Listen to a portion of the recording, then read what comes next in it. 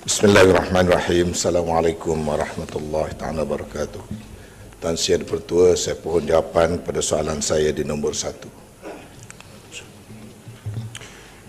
Tuan Sri Yang Di-Pertua, prestasi ekonomi negara dijangka kekal kukuh pada tahun 2016 meskipun berhadapan dengan persekitaran luar yang tidak menentu, termasuk pertumbuhan negara China yang menyederhana, volatiliti kewangan global dan harga komoditi yang tidak menentu. Walau bagaimanapun, pertumbuhan ekonomi negara dijangka terus berkembang dipacu oleh permintaan domestik yang kukuh, terutamanya oleh perbelanjaan sektor swasta yang dijangka kekal stabil mencatat pertumbuhan sebanyak 5.1%, menyumbang 54.9% daripada KDNK pada tahun 2016. Sungguh pun negara berhadapan dengan kejatuhan harga minyak, namun langkah proaktif kerajaan semasa pembendangan penguasaan bajet 2016 untuk mengutamakan perbelanjaan awam dapat memastikan defisit akan kekal rendah pada taras 3.1% daripada KDNK. Selain itu, Malaysia mempunyai kelebihan sebagai pusat perniagaan dan pelaburan. Ini dicerminkan oleh pengiktirafan badan dan agensi penarafan luar negara. Malaysia berada di kedudukan ke-18 daripada 189 negara dalam Doing Business Report 2016 oleh Bank Dunia. Malaysia turut memperbaiki kedudukannya dalam Global Competitiveness Report 2015 hingga 2016 oleh World Economic Forum daripada tangga ke-20 ke tangga ke-18 menjadikan Malaysia antara 20 negara paling berdaya saing di dunia. Selain itu, Malaysia berada pada kedudukan 14 daripada 61 negara dalam IMD World Competitiveness Yearbook 2015. Bagi tahun 2016, pelaburan swasta dijangka meningkat 5.5% dengan peratusan pelaburan swasta kepada jumlah pelaburan dijangka kekal tinggi sebanyak 65%, mencerminkan aktiviti sektor swasta yang cergas. MIDA menjangkakan pelaburan asing sebanyak 40 bilion dalam sektor pembuatan dan perkhidmatan bagi tahun 2016. Perangkaan terkini menunjukkan bahawa prestasi ekonomi negara terus berkembang meskipun berhadapan dengan ketidaktentuan persekitaran luaran. Dalam tempoh suku pertama 2016, keluaran dalam negeri kasar KDNK benar berkembang 4.2%, terutamanya disokong oleh aktiviti ekonomi domestik. Jumlah pelaburan mencatat pertumbuhan sederhana sebanyak 0.1%, berikutan penurunan pelaburan awam dan pertumbuhan sektor swasta yang lebih perlahan, berikutan sentimen perniagaan yang lebih berhati-hati dalam persekitaran ekonomi global yang tidak menentu. Walau bagaimanapun, pertumbuhan ekonomi diimbangi oleh kerancakan penggunaan swasta yang berkembang 5.3%, disokong oleh pertumbuhan upah dan pekerjaan. Tambahan daripada itu, penggunaan awam juga meningkat sebanyak 3.8%, disokong oleh perbelanjaan bekalan dan perkhidmatan. Dari sudut penawaran, kesemua sektor ekonomi terus berkembang kecuali sektor pertanian. Sektor pertanian mencatat penurunan sebanyak 3.8% disebabkan oleh pengeluaran minyak sawit yang lebih rendah, berikutan fenomena El Nino yang menjejaskan pengeluaran hasil tandan segar. Walau bagaimanapun, sektor perkhidmatan terus menerajui pertumbuhan meningkat sebanyak 5.1%, diikuti oleh sektor pembuatan yang mencatat pertumbuhan sebanyak 4.5%. Perkembangan ini adalah hasil daripada berbagai inisiatif yang diambil untuk mempelbagaikan ekonomi negara serta meningkatkan daya tahan dan daya saing negara. Tambahan pula, asas-asas ekonomi yang mampan seperti kadar pengangguran yang rendah, sistem kewangan yang teguh dan reserve antarabangsa yang tinggi turut menyumbang kepada pertumbuhan ekonomi negara. Kedudukan mata wang ringgit semakin pulih dan ringgit menambah nilai sebanyak 9.4% berbanding dolar Amerika Syarikat dan antara 4.4% sehingga 9% berbanding semua mata wang serantau dalam tempoh suku pertama 2016. Penambahan nilai ringgit disebabkan oleh sentimen pelabur yang lebih baik yang didorong oleh faktor luaran dan domestik. Faktor-faktor utama yang menyokong kekuatan ringgit termasuk kelemahan dolar Amerika Syarikat berbanding mata wang lain, Penunjuk data ekonomi domestik yang lebih baik daripada jangkaan juga turut membantu meningkatkan sentimen pelabur dan menyumbang kepada peningkatan minat terhadap aset kewangan ringgit. Dalam tempoh suku pertama 2016, prestasi ekonomi negara dilihat kembali pulih. Ekspor berkembang 1% kepada 185.2 bilion. Pertumbuhan ekspor disokong terutamanya oleh ekspor barangan pembuatan seperti elektronik dan komoditi kimia dan bahan kimia, barang perkilangan logam, jentera, perkasan dan peralatan. Import barangan penggunaan meningkat 2 angka sebanyak 24.6% mencerminkan penggunaan swasta yang berdaya tahan.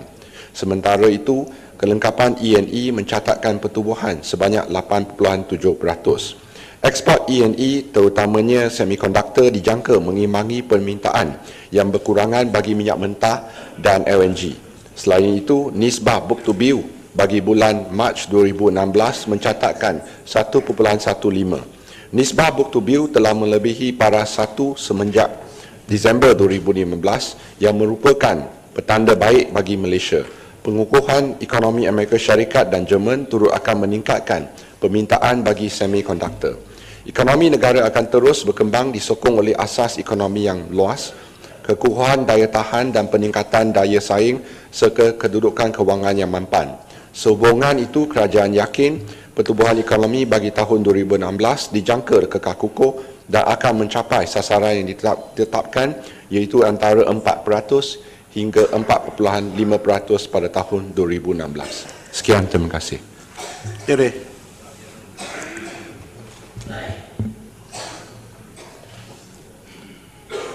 Terima kasih Yang Berhormat Menteri. Saya mengambil kesempatan ini untuk merakamkan setinggi-tinggi ucapan tahniah kepada pihak kerajaan kerana berjaya untuk menguruskan ekonomi negara dalam saat yang boleh dianggapkan sukar, terutama sepanjang suku tahun pertama 2016. Seperti mana yang kita tahu bahawasanya keadaan pengurusan ekonomi menjadi lebih sukar lagi apabila keadaan domestik yang tidak menentu, terutama sekali dengan timbulnya pelbagai isu yang dibangkitkan yang mungkin menyebabkan terhakisnya keyakinan para pelabur untuk terus melabur dalam negara kita. Saya ingin bertanya kepada Yang Berhormat Menteri, berasaskan kepada petanda sedikit penurunan dalam pertumbuhan ekonomi pada suku tahun pertama pada tahap kira-kira 4.2%, yang masih lagi dalam jajaran unjuran antara 4 ke 4.5%, dan seperti mana yang kita tahu, peranan penggunaan swasta dan pelaburan swasta dalam sektor ekonomi negara kelihatan semakin meningkat. Apakah langkah-langkah strategik seterusnya yang akan dilakukan oleh kerajaan bagi memastikan dorongan untuk peranan sektor swasta terus menyumbang kepada pertumbuhan ekonomi negara seterusnya? Dan apakah keadaan ekonomi yang terurus dengan baik ini antara punca Barisan Nasional menang cemerlang dalam pilihan raya di Sarawak baru-baru ini?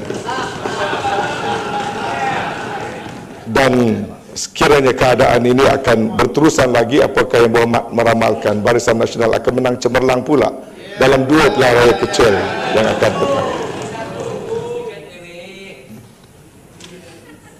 Terima kasih atas soalan tambahan. Untuk merancangkan lagi ekonomi dan juga menggalakkan pelaburan pihak swasta, dalam bajet 2016 dan juga dalam pengembuasaian bajet 2016, kerajaan telah memberi penekanan untuk agar lebih banyak insentif dan juga penolakan cukai diberi khususnya untuk perusahaan industri sederhana atau SME supaya mereka meningkatkan dari segi pelaburan dan pengeluaran mereka. Sebagai contoh, kita mengadakan subsidi interest untuk syariah compliant loan dan juga memberi R&D dari segi penolakan cukai, dan juga telah memberi khususnya berbagai inisiatif melalui MIDA dan MITI khususnya untuk penolakan cukai bagi SME atau perniagaan yang mengeksport barangan mereka. Ini adalah bertujuan untuk terus membangun dan memastikan negara kita adalah stabil. Dari segi kewangan pada masa sekarang, kita melihat trend harga minyak juga mula menstabil. Pada purata untuk kuartal pertama atau suku pertama, harga minyak puratanya adalah sebanyak 34 USD. Dan pada bulan April dan Mei adalah sebanyak 42 dan 45. Kita yakin dengan adanya kestabilan harga minyak, tentu kerajaan akan melihat bagaimana kita boleh melaksanakan lebih banyak langkah untuk mengurangkan, boleh dikatakan, beban rakyat atau meningkatkan dari segi perbelanjaan untuk merangsangkan ekonomi lagi. Selain daripada itu, kita lihat memang dari segi baru-baru ni keputusan cemerlang Barisan Nasional di Sarawak haruslah kita mengatakan tahniah kerana mereka memilih, boleh dikatakan, parti yang tepat, di mana sekurang-kurangnya tiada pertindihan seperti Pakatan Harapan yang mempunyai, walaupun dah mula, tetapi pada masa sekarang mereka masih bertanding sama-sama, tidak boleh mempunyai satu, boleh katakan, hala tuju yang sama. Maka dalam pilihan raya kecil, saya haraplah kita semua bersama-sama boleh menolong untuk memastikan kemenangan Barisan Nasional. Sekian, terima kasih.